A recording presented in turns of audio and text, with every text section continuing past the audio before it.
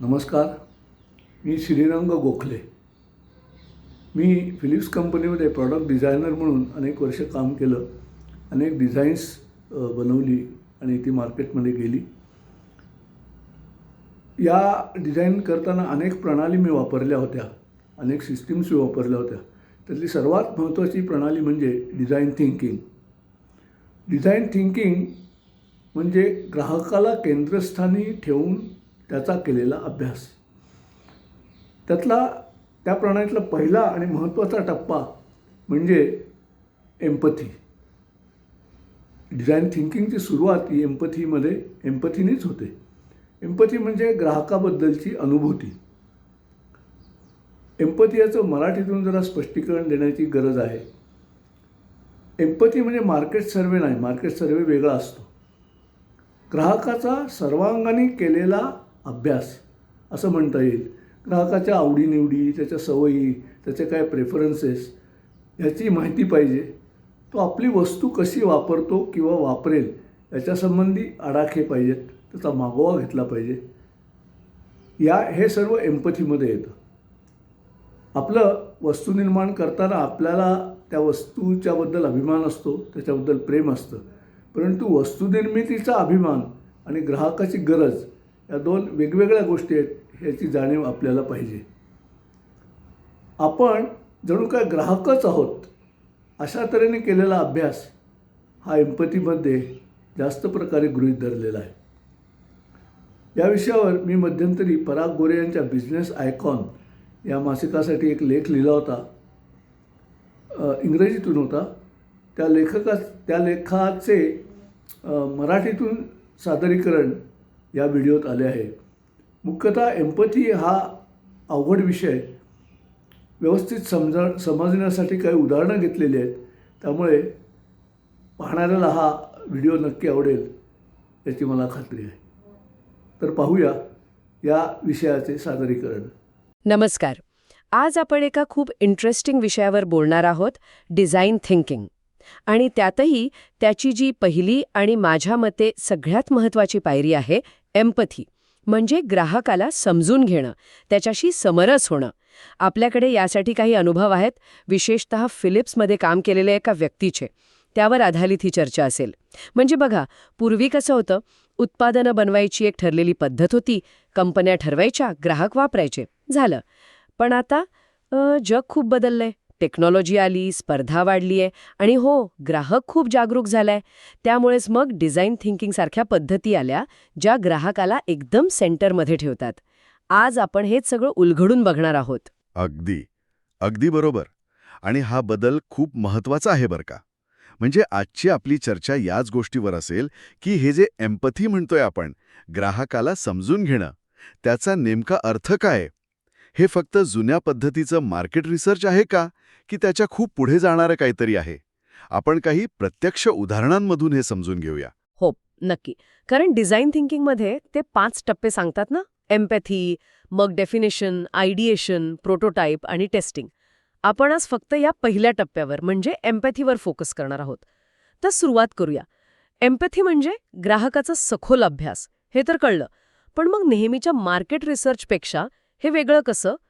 तुमच्या नोट्समध्ये फिलिप्सच्या सुरुवातीच्या काळातला एक अनुभव आहे, जिथे त्यांना वाटायचं की आपल्याला सगळं कळतंय ग्राहकांबद्दल. हो, आणि इथेच तर खरी गंमत आहे. ही अनेकांची समजूत असते, माहिती का? त्यांना एक कॅसेट रेकॉर्डरच्या सर्वेक्षणात एक अनपेक्षित गोष्ट कळली.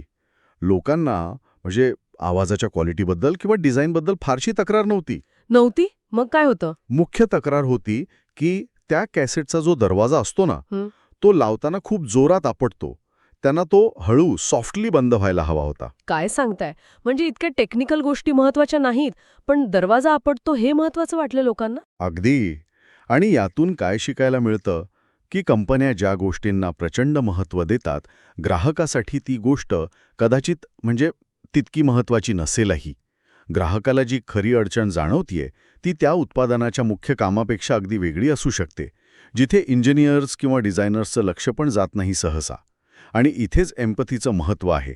नुसते फीचर्स नाही, तर ग्राहकाचा संपूर्ण अनुभव विचारात घेणं. हे खरंच डोळे उघडणारं उदाहरण आहे. म्हणजे आपण विचारतो की तुम्हाला काय हवंय, त्यापेक्षा तो माणूस ती वस्तू कशी वापरतोय, काय त्रास होतोय हे बघणं जास्त महत्वाचं ठरतं. पण हे कळणार कसं? नुसते प्रश्न विचारून हे समोर येईल का नेहमी? नेहमीच नाही. म्हणूनच निरीक्षणाला खूप महत्त्व दिले यात. याच नोट्समध्ये अजून एक पद्धत सांगितली आहे. त्यांचे कर्मचारी म्हणे दुकानांमध्ये फक्त निरीक्षण करायला बसायचे आणि विशेषतः अशा ग्राहकांचं निरीक्षण करायचे जे दुकानात बराच वेळ फिरतात, वस्तू बघतात, पण काही खरेदी न करताच निघून जातात. मग त्यांच्याशी नंतर बोलायचे. पण जे खरेदी करत नाहीत त्यांच्याशी बोलून काय फायदा? ते तर आपले ग्राहक नाहीयेत असं वाटेल ना. हाच तर मुद्दा आहे. जी व्यक्ती खरेदी करत नाहीये तिच्या मनात नक्की काय चाललंय? तिला हवी ती वस्तू मिळाली नाही, किंमत जास्त वाटली, वस्तू वापरायला अवघड वाटली, की अजून काही? हे समजून घेणं नवीन प्रॉडक्ट आयडियासाठी किंवा सध्याच्या प्रॉडक्टमधल्या त्रुटी काढण्यासाठी खूप महत्त्वाचं ठरू शकतं.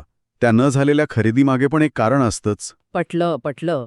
आणि याच निरीक्षणातून तो कार कॅसेट रेडिओचा एक गमतीशीर किस्सा घडला होता ना. बरोबर, तोच. एका ग्राहकाने कार रेडिओ नीट चालत नाहीये म्हणून तक्रार केली. कंपनीचे लोक तपासणीसाठी त्याच्या घरी गेले आणि बघतात तर काय, तो माणूस कारसाठी बनवलेला रेडिओ चक्क घरात वापरत होता. म्हणजे प्रॉपर वायरिंग वगैरे करून घरातल्या विजेवर. कमाल आहे. म्हणजे ग्राहक आपल्या उत्पादनांचा असाही वापर करू शकतात हे कंपन्यांच्या गावीही नसतं कधी. पण मग याचा पुढे काय उपयोग झाला की फक्त गंमत म्हणून राहिलं? अरे, या एका निरीक्षणातून फिलिप्सने एक पूर्णपणे नवीन प्रॉडक्ट रेंज सुरू केली, पॉवर हाऊस नावाची. ह्या घरात वापरण्यासाठीच्या मजबूत मोठ्या ऑडिओ सिस्टम्स होत्या. म्हणजे बघा, ग्राहकाने उत्पादनाचा वेगळा वापर केला म्हणून त्याला दोष देण्याऐवजी कंपनीने ती एक गरज म्हणून ओळखली. एक न बोललेली गरज, अनआर्टिक्युलेटेड नीड, आणि त्यावर आधारित नवीन उत्पादन आणलं.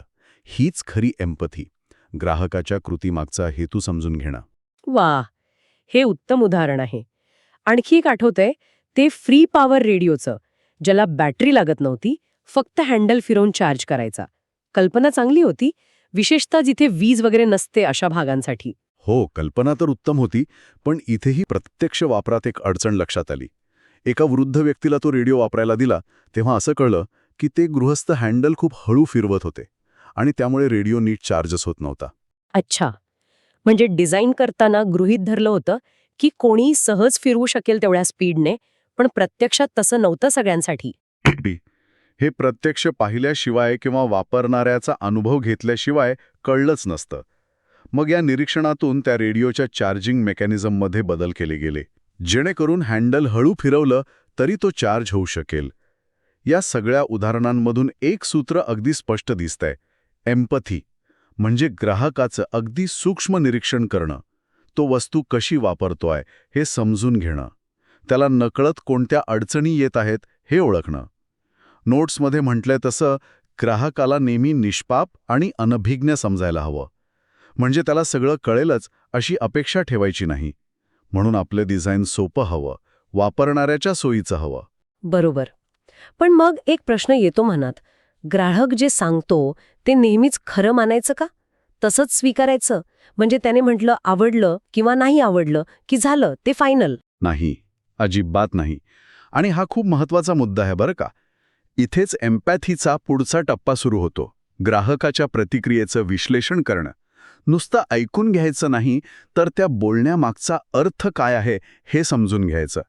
कारण ग्राहक अनेकदा आपल्या भावना व्यक्त करतो, पण त्या भावनेमागचं नेमकं कारण त्यालाही सांगता येत नाही कित्येकदा. याचं सुद्धा एक उत्तम उदाहरण नोट्समध्ये आहे, एका म्युझिक सेटच्या सर्वेक्षणाचं. अच्छा, तो अनुभव जिथे त्यांनी स्पर्धकांचे आणि स्वतःचे सेट्स ठेवले होते पण ओळख लपवून. हो, तोच. त्यांनी वेगवेगळे म्युझिक सेट्स ठेवले, कंपन्यांची नावं काढून टाकली आणि ग्राहकांना त्यांची मतं विचारली. कंपनीचे लोक बाजूला लपून फक्त निरीक्षण करत होते. त्यात एक ग्राहक एका विशिष्ट इम्पॉर्टेड सेट जवळ गेला आणि सारखा म्हणायला लागला, अरे हे किती प्यारा दिसतोय, खरंच खूप प्यारा आहे. प्यारा. आता या एका शब्दात किती गोष्टी असू शकतात. रंग असेल, आकार असेल, बटन असतील, काहीही. मग ह्या प्याऱ्याचं विश्लेषण कसं केलं हे तर खूपच म्हणजे सब्जेक्टिव्ह वाटतंय. बरोबर. आणि इथेच खरी कसोटी होती डिझाईन टीमची. नुसतं प्यारा हे ऐकून डिझायनर काय करणार? म्हणून त्या ग्राहकाशी नंतर वेगळा संवाद साधला गेला. त्याला थेट असं नाही विचारलं की प्यारा म्हणजे काय सांग, कारण त्याने कदाचित वरवरचं काहीतरी सांगितलं असतं. त्याला हळूहळू बोलतं केलं गेलं. तुम्हाला नक्की काय आवडलं यात? कोणती गोष्ट जास्त भावली? असे प्रश्न विचारून खोलात जायचा प्रयत्न केला. आणि मग काय कळलं?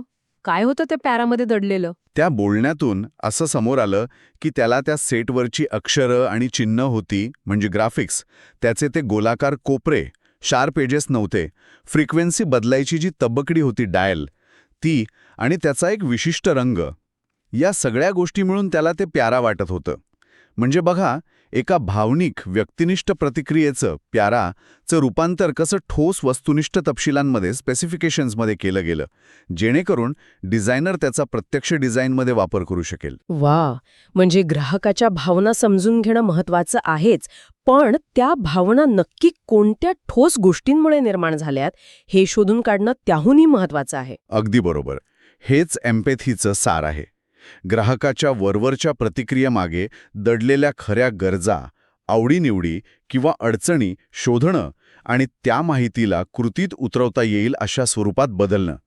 नुसतं ग्राहक देव आहे म्हणून चालत नाही, तर त्या देवाच्या मनात नक्की काय आहे हे समजून घेण्याची कला आणि शास्त्र म्हणजे एम्पॅथी. तर आजच्या या चर्चेतून आपण काय शिकलो? एम्पॅथी म्हणजे फक्त काही प्रश्न विचारणं किंवा सर्वेक्षण फॉर्म भरणं नाहीये. ते म्हणजे ग्राहकाच्या जगात शिरणं आहे, त्याच्या नजरेतून आपल्या उत्पादनाकडे आणि एकूण अनुभवाकडे पाहणं आहे. यात निरीक्षण आहे, संवाद आहे आणि मिळालेल्या माहितीचं सखोल विश्लेषण पण आहे. ग्राहकाशी एकरूप होणं महत्वाचं आहे. आणि आजच्या काळात तर हे अत्यावश्यक आहे. जिथे ग्राहकाकडे निवडीसाठी इतके पर्याय उपलब्ध आहेत, तिथे त्याला इतक्या खोलवर जाऊन समजून घेण्याची क्षमता असणं हे यशस्वी उत्पादनं किंवा सेवा देण्यासाठी खूप गरजेचं आहे. ग्राहकाला स्वतःलाही नेमकेपणाने न सांगता येणाऱ्या गरजा ओळखून त्या पूर्ण करणं हेच एम्पथीचं खरं यश म्हणता येईल. फिलिप्सची उदाहरणं हेच दाखवतात की अशा निरीक्षणांमधून किती मोठ्या संधी निर्माण होऊ शकतात. आणि जाता जाता एक विचार मनात येतोय. आपण आत्ता एम्पथीबद्दल बोललो ते प्रोडक्ट डेव्हलपमेंटच्या संदर्भात, पण ही संकल्पना खरंच फक्त तेवढ्यापुरतीच मर्यादित आहे का? आपल्या रोजच्या जगण्यात, कामाच्या ठिकाणी, आपल्या सहकाऱ्यांशी बोलताना, समाजात वावरताना, इतरांशी संवाद साधताना, किंवा अगदी आपल्यापेक्षा खूप वेगळे विचार असणाऱ्या लोकांशी बोलताना सुद्धा आपण हीच एम्पथी वापरू शकतो का? म्हणजे समोरच्या व्यक्तीच्या जागी स्वतःला ठेवून तिचा दृष्टिकोन समजून घेण्याचा प्रयत्न केला तर कदाचित अनेक गैरसमज टळू शकतील, नाही का? संवाद जास्त चांगला होऊ शकेल. विचार करण्यासारखा मुद्दा आहे हा नक्कीच.